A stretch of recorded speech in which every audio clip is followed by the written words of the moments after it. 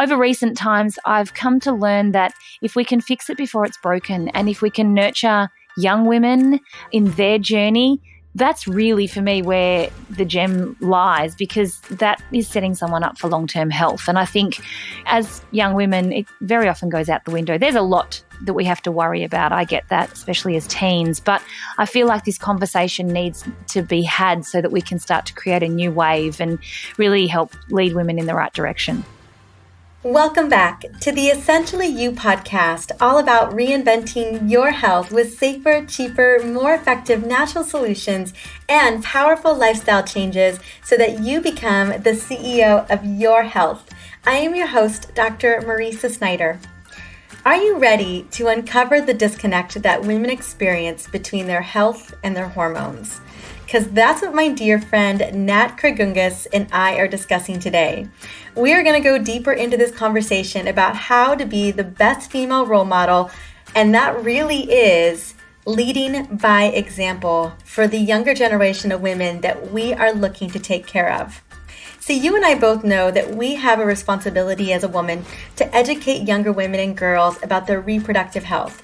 That is why I recently raised over $100,000 to Days for Girls to help close the gap for girls to understanding their bodies and feeling more empowered by their bodies and not trapped by them. You know, what I love most about Dr. Nat Kriongoudis, she has accepted the task of inspiring wellness, not only to those embarking on becoming parents, but equally important to her, educating young women and girls about the choices that shape their reproductive health. But before we jump into this really incredible conversation today about how to be the role model and how to help girls step into their power for this next generation and beyond, I want to first just take a moment and tell you about my collaboration that I have with another dear friend of mine. Actually, Nat and Tony and I were all really, really good friends. But Dr. Tony Ewan, we have joined together for the last several months, and each month we are doing a podcast together. And it's very different than the podcast that I do. It's very different than the podcast that he does. We really wanted to do something a little bit different. And so we get on, we look up some of the important current affairs in the health space and discuss them. And it's really, not only do we do the research, but we get to share our opinions, how these types of conversations or how these new current affairs have affected our own families, our lifestyle, what we think about that, and it's just a lot of fun. And so we have a new episode out. It's actually being hosted on Dr. Anthony Ewan's podcast, and this new episode is episode number 113. Now, Dr. Tony, and a little bit about him is that he's a holistic plastic surgeon, but he has a really amazing book. He's been on Rachel Ray, like, I don't even know, 20-something times, Dr. Oz, The Today Show. I mean, he's like all known. He's like the celebrity holistic plastic surgeon, but he really teaches women how to stay off of the surgery table. That's his job, and how we can take care of our skin, how we can nourish our bodies. And I just have gotten along with him for many years now. So this new particular episode, episode 13, is we are discussing our thoughts on the Monsanto verdict, why we try to eat organic over conventionally grown foods, how to use essential oils, and how they've made just a massive difference in your health, your appearance, even your weight, which I know we talk about that here. And he also introduces everyone to the newest member of his family. So it's personal, and then we're connecting. It's a lot of fun. And I just wanted to let you know that I was doing this collaboration. I thought that if you're loving this podcast, you may want to go and check out those episodes as well and really enjoy it. So that link will be in the show notes in case you want to go check that out. Now, as promised, I want to take a moment and shout out a couple listeners, as I'm doing every single week now on the Essentially You podcast. Now, the last 2 weeks with Dr. Pedram and Sherry Salata have been the best weeks ever. So I want to say thank you so much for that. If you had a chance to listen to those episodes, I hope you enjoyed them. If you haven't listened to those episodes, it was episode 47 and episode 48. Both absolutely worth listening to. They both have a really incredible mindset and viewpoint around health and wellness and how we live our best lives. So here is the shout out. I want to take a moment and thank Allison Schaff and Dr. Michelle Coleman for reviewing the podcast on iTunes. Now, I want to specifically feature Dr. Coleman because I just really, really enjoyed her testimonial, or her review rather. She says that this podcast is filled with so many gems. Where do I even start? Personally, I love her podcast episodes and her easy to implement protocols and rituals. I love learning about how to balance my hormones in my purse. Keep it up, Dr. M. And I just want to say thank you so much, Michelle. I loved that episode about balancing your hormones in your purse. Personally, I totally do that. I do that, and I wanted to make sure I taught it to you. Right now, I am not remembering the episode for that, the how to balance your hormones in your purse. It was definitely a fan favorite, but if I can find it quick enough, you never know, I will make sure to share that with you guys as well, because that was such a fun episode. And it really kind of shows you how when we're moving all over the place, especially the holidays or any holiday vacations, it's so great to be able to support your hormones in your purse. And it's episode number 29, in case you want to go check that out. Luckily, I've got my podcast scheduler up here, so I was able to pull that really quickly. All right. Now, really quickly about reviewing, I just want to say thank you so much if you have shouted it out on Facebook or Instagram, or if you simply have left a review on podcast or whatever platform you love to plug into. I want you to know that your shout outs are making such a big difference. People are listening in. We're getting hundreds of new listeners, hundreds and hundreds, maybe thousands of new listeners every week because of you. And I love the testimonials. I love that women are reaching out to me every day telling me that they love the content and they love that they've been able to not only implement a lot of those rituals and protocols and oils and nutritional tips and techniques, but they're then sharing it with other people in their life. And that's what I really want to have happen. Like, how do we become the change that we want to see in this earth? And it's really about disseminating that information. I was listening to a podcast today, a couple podcasts. I'll let you know I'm an Oprah fan, and I was listening to the Super Soul Conversations with Oprah and Michelle Obama over her book on becoming. And I was a two-part, so I was in it for the long haul. I listened to both episodes. I love podcasts myself. This is one of my favorite podcasts to listen to get inspired. And I was loving the stories that she was telling. There was so much I saw in myself as she was telling that story of doing the dutiful. You know, she became an attorney and didn't love being an attorney. And I remember, I don't know if you guys know, but I became a scientist at the age of, 22. I got out of college and was a biochemist. It's a really prestigious laboratory. And it was the job any parent, any family would want their child to have. And then she talks about checking these boxes and how she was like, okay, get good grades, box check. You know, go to a good school, box check. Make sure that you've got a great job leading into grad school, box check. And then one day you look at your life and you're like, oh my gosh, I've been checking all these boxes, but I never ever asked myself what I wanted for me. And I was just listening to this, and I remember going back to my family when I was 24-ish. I always knew I was going back to medical school or some type of school to get a doctorate. And I remember going to them and telling them, like, this biochemistry work, as once upon a time was definitely a bit of a passion of mine. Like, I see the trajectory of where it's going, and this isn't for me. And I remember some of my family just thinking to themselves, and even expressing to me, like, how dare you have this great paying job with all these benefits and this retirement plan at 24 years old. I bought a house and everything. And you're just going to walk away from it. And a lot of people in my life did not approve of my decision to do so. And that's what I love so much about the ability to share these stories, to be able to share with you what's working for me, or what has worked for me in the past, or what has helped for me to overcome my health issues over the years, and hoping that we can continue to educate women and our daughters and the people that matter most to us, and we change the landscape of healthcare, just like we hopefully get inspired to change the landscape of other things that are really not serving us. And so I just felt that little boost of inspiration today by listening to Michelle tell her story. I've got the book, I'm reading the book, and that's what I hope this podcast is for you. These little tips of inspiration, these things that are actionable that you can walk away with that say, yeah, I have control of my health care. I can make decisions about my health and my body that feel good to me. And that I don't need to be driven by other people's agenda in a way that doesn't serve my body. So that is what I'm so excited about talking to Nat today. We're going to get into that. And what were we told by our moms and the generations before? What's taboo about our hormones? And and what we thought were true and then we find out was different, and how do we change the conversation so that our daughters and our grandchildren don't feel so lost.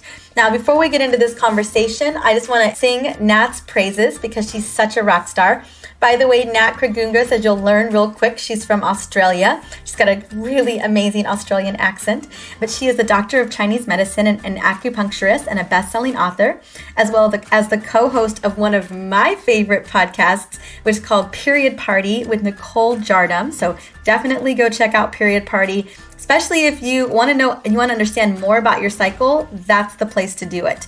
Nat has recognized a large gap between conventional medicine and supporting wellness and has developed a unique style to women's natural health care, integrating the Western medical approach with alternative therapies, Chinese medicine, and natural fertility methods. Her knowledge in fertility and natural medicine regularly is featured in a column in Australian Natural Health magazine, in major publications including Marie Claire, Cosmopolitan, and regular TV appearances like The Today Show and The Morning Show. She's also a 2-time best-selling author. She's got a new book coming out this month. I'm so excited, called Beautifully You. It's all about helping girls, teenagers, and young women really understand their bodies, the choices that they have around their reproductive health, and how they can grow up being empowered. This is so beautiful. And that is what we're going to be talking about today in this conversation. So let's get to it.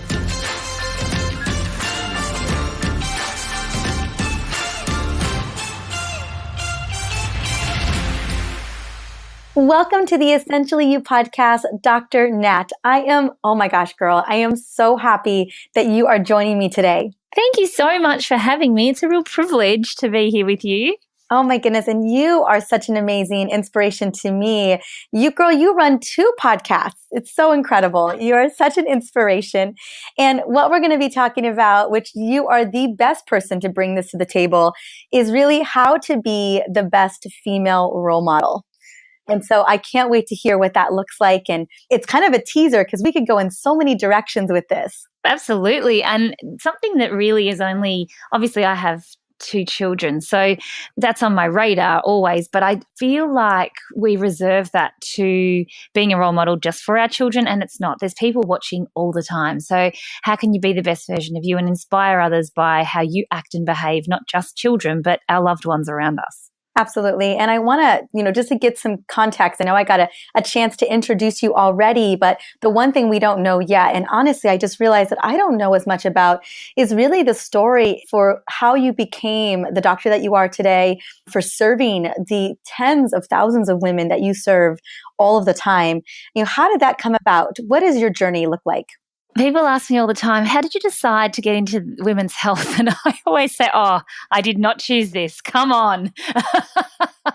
Don't get me wrong, I love treating women's health, but it really was something that evolved organically. I definitely didn't choose it. I studied for a long time at university, as many of us do. I had my own health challenges, suffered from endometriosis quite badly, and it wasn't actually my motivation to study Chinese medicine at all. I grew up in a household where natural therapies were definitely the first point of call.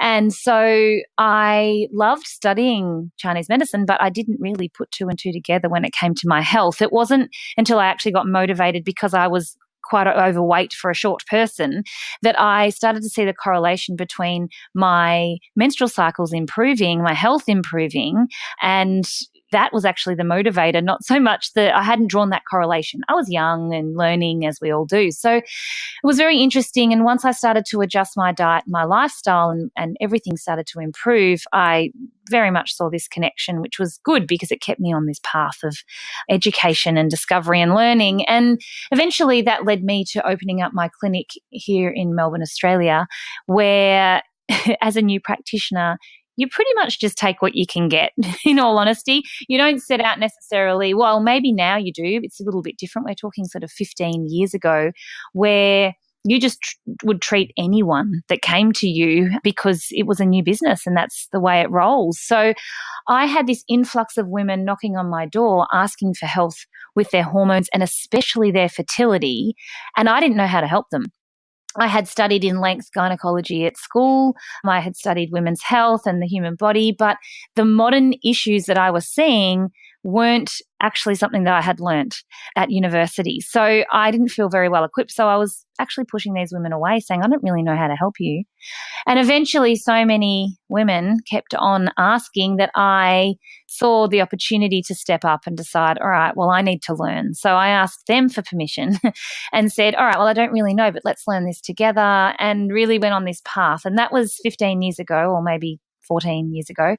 And it really quickly evolved because there wasn't really many of us doing this at that time. And now there's lots of, women's health experts, which is wonderful because there are a lot of women in the world that need this information and this education. And so I really did start with the fertility being on the forefront. But over recent times, I've come to learn that if we can fix it before it's broken, and if we can nurture young women in their journey, that's really, for me, where the gem lies, because that is setting someone up for long-term health. And I think as young women, it very often goes out the window. There's a lot that we have to worry about. I get that, especially as teens. But I feel like this conversation needs to be had so that we can start to create a new wave and really help lead women in the right direction. Thank you so much for sharing your story. And one of the things that kind of really pointed out to me, and as we begin to have this conversation today, was that it really does start early on. And I don't know if you can remember these early conversations. I definitely can remember them being non-existent. I had lots of hormone chaos in my family.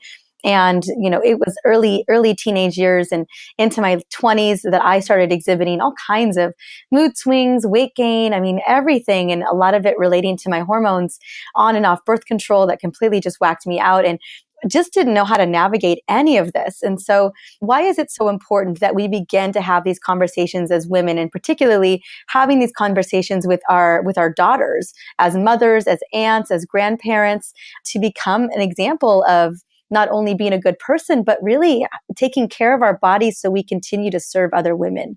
Yeah, I think there's a couple of facets there. We take our health for granted, and that's just something that we all do from time to time. So, really coming back to the fact that health doesn't happen by chance, it's a choice, and we need to be educated from a young age, just like we're educated to brush our teeth. No one's questioning that. Whereas when it comes to our hormone health, we often don't understand it. We fear it because it seems difficult and hard to understand. And C, we've also accepted that it's normal to have period pain. It's normal to feel moody. It's normal to have spotting or whatever. And these are actually symptoms that your body is telling you that something's not quite right. So I really subscribe to the fact that as women, we have this absolute right to understand our bodies, and we have disconnected from that because of things like the oral contraceptive pill, or maybe our beliefs that we've been nurtured and grown up with, which aren't necessarily terrible, but they don't allow us to connect with our bodies as much as I think we should be. So if we can start to come back to the facts, what the functions of certain parts of our bodies are, what the function of our hormones are. And it doesn't need to be complicated. It needs to be simple. But I really think that there's so much power in having that conversation, and we take the fear out of it. We understand what's going on. And there's a bit of also take the shame out of it. I think that especially it depends on how you were brought up, but I definitely went to a private school as a young woman, and it wasn't spoken about because it was taboo. It wasn't okay to talk about your female anatomy even, and heaven forbid if you questioned sex ed and what happened. It just wasn't something that was acceptable. Whereas I think now we have this opportunity to have these beautiful conversations, and I think it's so important for our long-term health. And that's why I want to talk about this so much, because I think that it's just not discussed enough.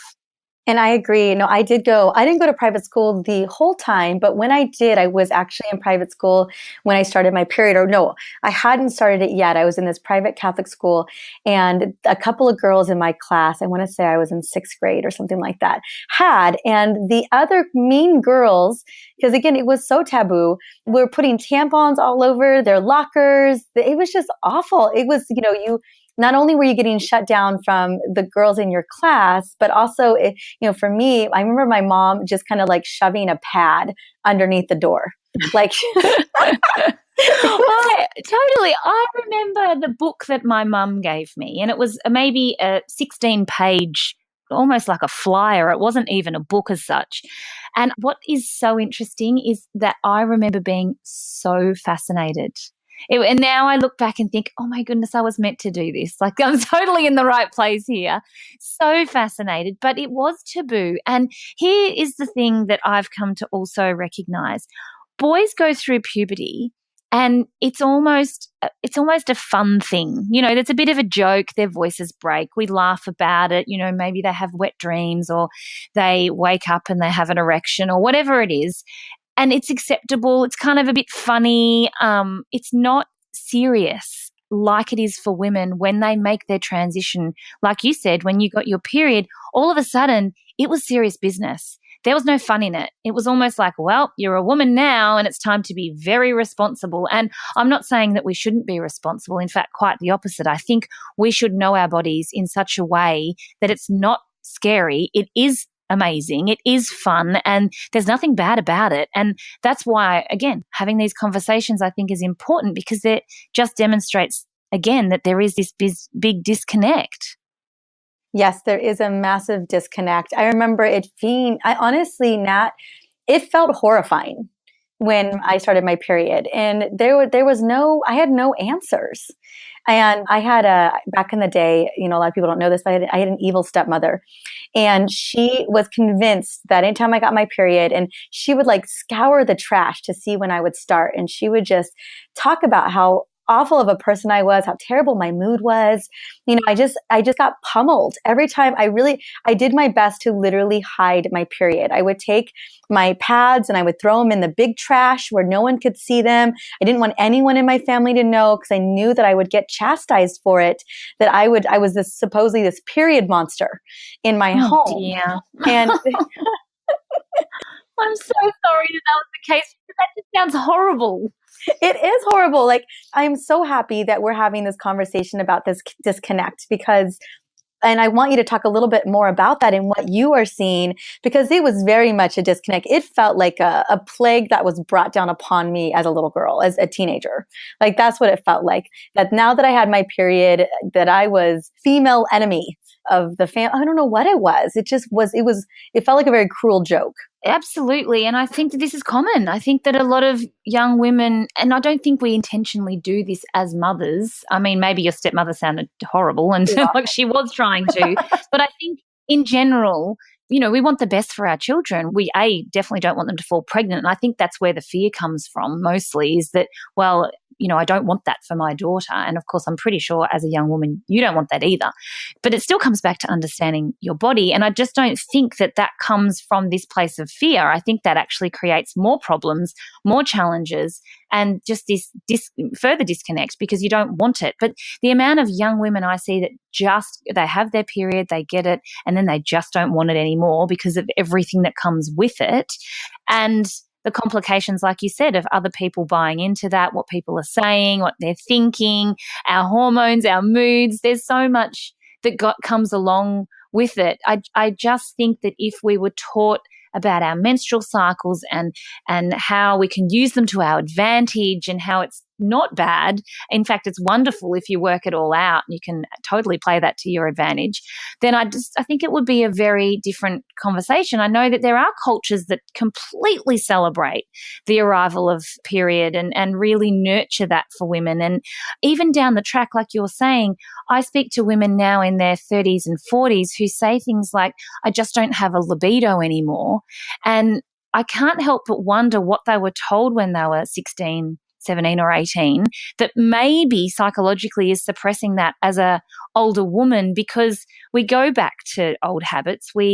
Especially when we're busy, we're nurturing obviously a family, but it's such a common thing that I have women say in the clinic is, I just don't have a libido anymore. And I'm really interested in this area and I'm researching this as much as I can because I feel like there's lots of connections throughout our life that stem right back to how we felt when we were younger. And we know this already, but I'd like to explore that even more. Yeah, it's so interesting that you said that. We were hiring a new team member a couple months ago, and we were interviewing them. And one of the things I was doing, it was right before Valentine's Day, and I was doing this Love Your Libido week. And as I was just happened to be mentioning it to this one woman that we were looking at, and I told her, I was like, oh yeah, and then we're planning for Love Your Libido week and da da da. And she's like, whoa, that's a bold choice. Like, you could tell it made her so uncomfortable. And I was like, oh, bummer. It's not for the team. You know what I'm saying? So it was really interesting. Is libido a dirty word for us in this world? For women in particular, not so much for men. For men, it seems to be absolutely, totally fine to have a healthy sex drive. I think it's wildly interesting. I remember speaking to Dr. Annika Becker about this. She was saying that it's very interesting. Women, as we get sort of to our 30s and 40s, we don't have that same sex drive that we once did. But having no libido is actually not being able to have sex in the moment. Whereas most women, once they're in the moment, they're fine. They can get into the mood, they can enjoy themselves. And it's not that it's a blanket, no, I can't do this. So I think it's very important that we discuss that straight up, that be kind to yourself. As women innately, we're not really the ones that generally are initiating this. Men are more sexual in their thoughts and behaviors and feelings. And that's typically why they're the ones that are tapping us on the shoulder going, hey, and how do you feel about that? So I think that's an important thing, to be kind to yourself, and because we don't forgive ourselves for this. We get really hung up on it. And from the women that I see in the clinic, they're very worried about the fact that they don't have what they're titling a libido, when in actual fact they do. They've just got to be prompted for that to actually happen. So I think that's fine. I think we need to know that, though. It would be nice information that we would judge ourselves less for. But yeah, men are more sexual beings, and I definitely do think that there is some correlation between what we're told as a 16-year-old, how it's not okay, it's not acceptable. It's possibly that you are then considered, if you are having sex from a young age, you're probably not considered in the greatest light, when in actual fact maybe you're just exploring and it doesn't actually deserve a title that's negative, I don't think. I mean, there's a purpose, obviously, for us to educate young women that it's not safe to be having sex with multiple partners, and that, sex does need to be with someone special. And I believe that there is a bond that comes from that. And I'm certainly not suggesting that women should just be out there, gallivanting around, nor should men. But I do think that there needs to be better conversation. I do think I don't know about you, but I wasn't even encouraged to get a mirror and look down there. I didn't even know what my anatomy was until recent times. In fact, in writing the last book, I learned so much about my anatomy. I was ashamed of myself for not knowing. And my husband's sitting next to me often at nighttime when I was sitting there writing, and I was like, oh my goodness, the purpose of the clitoris. I didn't actually understand the complexity of it. No one taught me. And how would I know unless I go and find that out? And why would I go and find that out? So I think, these conversations are so important. I mean, I grew up within a family where you don't go down there. You don't look down there. It's a no-go. Never. One of my favorite stories I want to just share, and I hope my mom isn't listening, or my grandmother, but when my mom was growing up, my grandmother told her, my mom went to Catholic school her whole life, that she pointed with her finger out, her index finger, to my mom, and she said, listen, do you see this thing right here? It's between a man's legs and it's the devil. Don't go near it. That was what she told my mom. That was the conversation that was happening. I mean. Yeah, I know, but no wonder we're so afraid of this. And I grew up certainly quite conservative views as well. It wasn't that it was wrong, but it wasn't spoken about. And I just think that, just like anything, when there's open and honest conversation, it removes the stigma from things. All of a sudden, there's a little bit of freedom in it. And it's, again, I don't think it's that when we're told we shouldn't do something, there's two camps, let's be honest. There's the people that just listen and don't do it, and then there's the people that rebel. Right. And I was always that person that would rebel to things. Don't drink because, you're underage. So what I would do? I would then see that as a challenge, those sorts of things. I really feel that if there was more information, if it was more open, if we as adults were more accepting of that too, and it's up to us to change this. That's why we're talking about this right now. I think we can actually create massive change for the next generation. I agree. I wonder if two things are happening, and Nat, I'd love to hear your opinion on this. One of the first things that you had mentioned, one, I think that if we don't say anything to these girls, maybe they won't, like you said, end up pregnant. Maybe we'll just keep it super hush hush. We don't tell them anything about how their bodies work. We don't tell them to ever explore anything. And maybe they will just stay away and abstain from whatever it is, right? That's the one school of thought. And then the other school of thought too, I think plays in it. And again, love to hear your opinion. Is this a big whole scheme to just keep us down?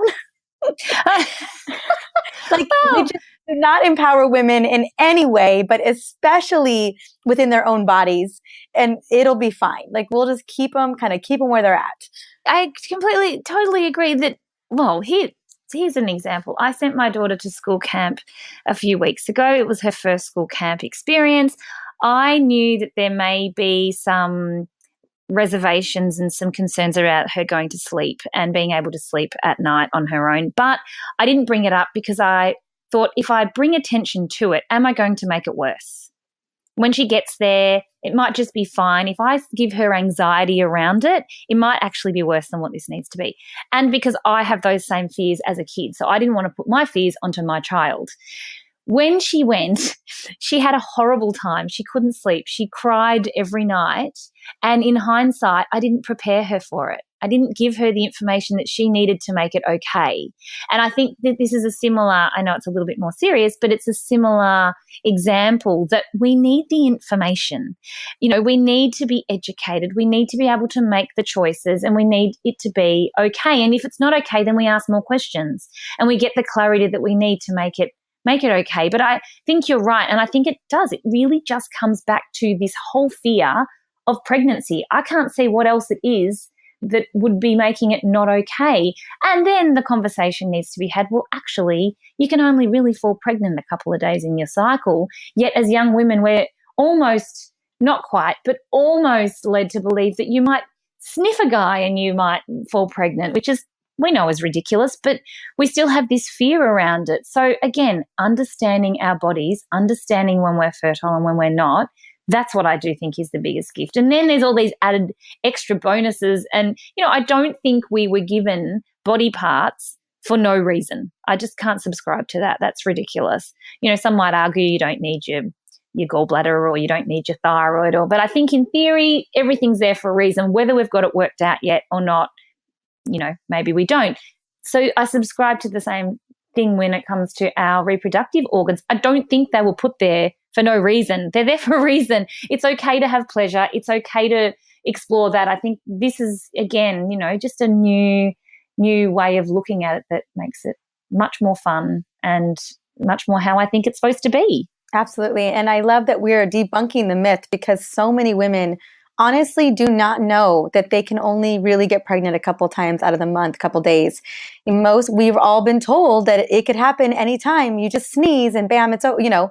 And this is the other thing too, is women spend their whole teens and 20s and maybe their 30s trying not to fall pregnant. Oh yeah. And then when the time comes that it is right to fall pregnant, they discover all these things about themselves that they never knew, because maybe they're put on contraception to treat a problem. And that's my other big pet hate, is that contraception isn't a fix. It's a contraception. It's not a solution. When it comes to fixing problems within your body, it might create some space to get some clarity, but you actually have to fix the problem at hand.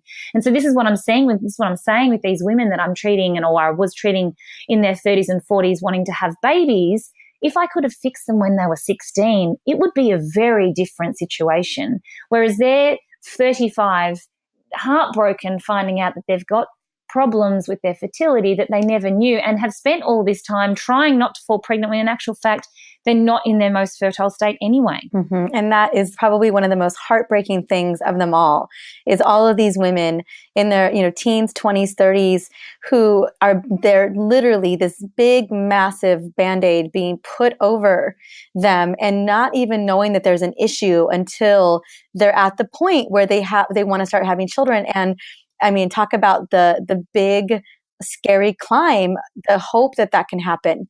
I mean, literally, we're just disguised it for over, you know, maybe in some instances 2 decades.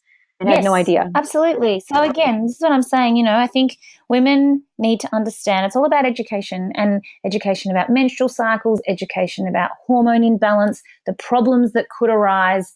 They're all fixable. Unless there's some diabolical structural problem, they're all fixable, contrary to what we've been told as well. So it's hopefully a refreshing conversation to have, because, well, that's why we're here. But, to just think about this. And like you said at the beginning, it's not so much just our daughters, it's our loved ones. It might be our nieces. It might be the young woman that sits across from you at your desk at work, or one of your girls that you coach in your basketball team, or I don't know. But it really is our responsibility as women to be able to nurture this next generation. Agreed. And you had mentioned just now, it's all fixable. And I know sometimes, especially listeners right now, it may not feel very fixable, but I want to get into, how do we begin to improve the landscape for women's health in general? How do we begin to really address these more fixable scenarios early in? Well, again, I still think it comes with coming back to exactly what we've just been talking about, and understanding what our body is communicating to us. When I first started in this space, this was a really novel idea, because we relied on a test to tell us. And unfortunately, not all tests are what they're cracked up to be. And we often put our eggs all in one basket. So really looking through signs and symptoms to guide you, they are never wrong. And they are the best guide to then prompt you as to what you might do next, whether that is specific testing or diet and lifestyle changes, or getting a grasp on stress, or fixing your environment, or whatever it might be. But I think really just sitting still for a minute and looking at what your body is communicating to you, it's never going to lead you in the wrong direction, and we must start with that. And then the next thing I would say is investing in people. I call them your cheer squad, those people who are there to support you, whether it's certain people's websites and podcasts and health professionals and doctors and whoever that is for you. But I really think that you need a core 6 or 7 people that are there cheering you on. And if you don't have that in your healthcare professional, then you need to find someone who will, because if they're not on the same page as you, it's going to be very hard to get where you want to go. So I think there's some really simple things, but we've made it really hard. We look at hormone imbalance and we think, oh my goodness, I'm not an endocrinologist. This is just way too hard for me. And I can appreciate that. And that's why we do what we do. But above all, if the only one thing you did was change your diet, that can have profound impact on your hormones, as much as we don't want to admit it, because we don't like the idea of changing our diet very often. But it can be enough to take you from a state of disharmony or disease into a state of well-being. And so, it's not what you actually do when you're at your doctor's office. It's actually what you do when you leave and beyond that counts the most. It absolutely does. And can I ask, who are some of your cheer squad? Where do you go to really get fueled up for your body? Sure. So I have a couple of health professionals in here that, would perform hands-on healing. Probably my number one, and you'll love this, is my chiropractor. He is, without doubt, such a force in our family in terms of our health. It's very hard as a healthcare professional to be objective in your own health. I find that tricky for me. I can't see necessarily what my children need. I need someone to support me on that. And so he's definitely been that person. So I have him. I have our integrative GP, who I don't really need to see that often, but if I do have anything, then she's my go-to person there. And then I have a handful of websites that I will also, utilize and rely on, but I probably don't use my people in my clinic enough. Acupuncture is something I advocate for everybody. There's almost nothing that it can't support. Acupuncture and herbal medicine, again, are go-to things. So I have that, and I have access to that in my clinic, obviously, whenever I need. So I'm spoiled. I get that. And I have all these people that are on the same page as me, which really helps. But also, if I have a crazy or silly idea and they're not supportive of that, I trust them. So I will look and think, okay, hang on a minute, what am I missing here? And I think that's really important to have those people. I absolutely agree. And thank you so much for sharing. I love that. And then I know that we touched upon this, we're talking about those examples for how we can take care of our bodies as well, but anything that we can do to make sure that we're inspiring our upcoming generation. And I know we talked a little bit about this, but what are the things that you're doing with your daughter that really you feel that is different than what happened for you or what you've seen? I love this question, because I think we can get really frustrated. I know mothers of teens get very frustrated. And we've got to also be reminded that as teens, we're supposed to be exploring, we're supposed to be rebelling, we're supposed to be questioning everything. It's frustrating as a parent to watch, but I think these are the times when mothers and loved ones often get very frustrated because it's like, you're just not listening to me. It's almost like you're speaking a different language. These are the times I definitely think we need to be the example, and preaching doesn't work. So people will buy into you because of your mannerisms, because of how you look and behave and act and how you nurture your body. And you want to do that in such a way that it is inspiring, I think, to others. The benefit is you get all the benefits of that. So it's a win-win situation. But I really think leading by example and not preaching is where it's at. So I'm very cautious of this. With patients, language to me is everything. Communication is without doubt one of the things I value most highly. And so using language that's not, again, you're not preaching to someone, you're not telling them what to do, you're offering them information, you're showing them, you're giving them the facts, and you're letting them decide.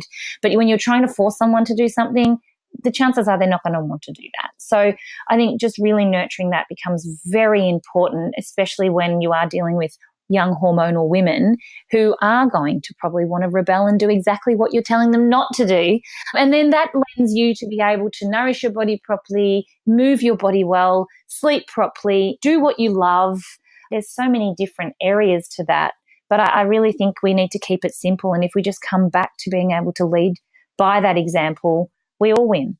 We do all win. I love that. Oh, that's such a great answer. Now I've got one more.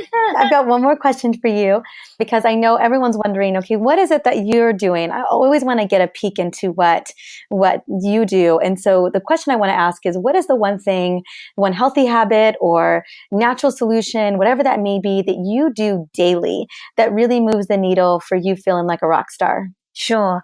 I have a couple of things that I'll share. I'm very big with focusing on what I want to create, not what I don't want to create. I think our default is to look at the negative. We create more of that. And I learned this very early on, that if I could actually focus on what I wanted, I would see more of what I want. And if I kept on doing that, it was almost like this magic path that I could follow very easily. Now, don't get me wrong. I'm not enlightened and I'm not claiming to be, and I'll often default back, but it's just reminding myself to keep my eye on the prize. So this ways of doing this is, meditation and gratitude. And I know it sounds very cliche, but if you're not doing it, there's something missing in your life, and you're really missing out on something big, and it doesn't have to be hard. So that is one thing. Nutrition is something that's not negotiable for me. I feel so much better when I'm feeding my body properly. It's something that we ingrain into our children, whether they like it or not. They're children. They still want the sweets and the snacks and the lollies and whatever. You've got to have a healthy balance. And the other one thing I do is I participate, probably for not reasons that you would think, but I participate in CrossFit, and that is more so about not so much about actually the exercise. It's more so about what has to happen for me to get there. My husband goes out of his way to organize for me to get there. He gets the children looked after. He gets, usually the nights we go, my mother-in-law cooks dinner for us, and it's an hour that we get to spend together.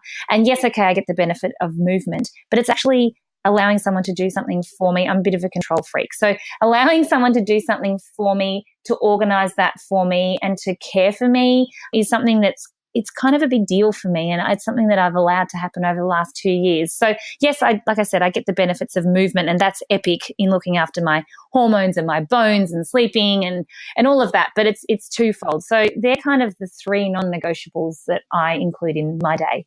Thank you so much. And oh my gosh, those are amazing. I think the third one's my favorite, is allowing for someone to take care of you and help to get you the self-care that you deserve, being the super mama that you are. Yeah, and it's taken me a long time to realize that. So it's nice to be able to actually articulate that now. But I do recognize that part of that is actually got nothing to do with the movement. It's more about everything else. I love it. Now, you've got a special thing for us. And I think about when you were talking about having that squad, that very much this gift is giving someone that wellness squad in their own home. And so can you tell us a little bit about this gift? It's the first thing I thought of. It is totally, that's why I created it. So I recognize that women solve women's problems. I felt like once upon a time women got together and they were already innately together. We, as a community or a family, maybe the men would go off and hunt and the women would be at home together preparing and, making clothes and, anyway, it was a community of people, and I feel like problems got solved because we talked about it. Somewhere along the line, there's this disconnect that happened that we feel we have to go it alone. A woman suffers from miscarriage, but she doesn't tell anybody because I don't even actually know why the answer is why she doesn't tell anybody, but it's just something we do. We don't openly talk about it. Or a woman's going through IVF. We don't often openly talk about it. It's almost a taboo subject.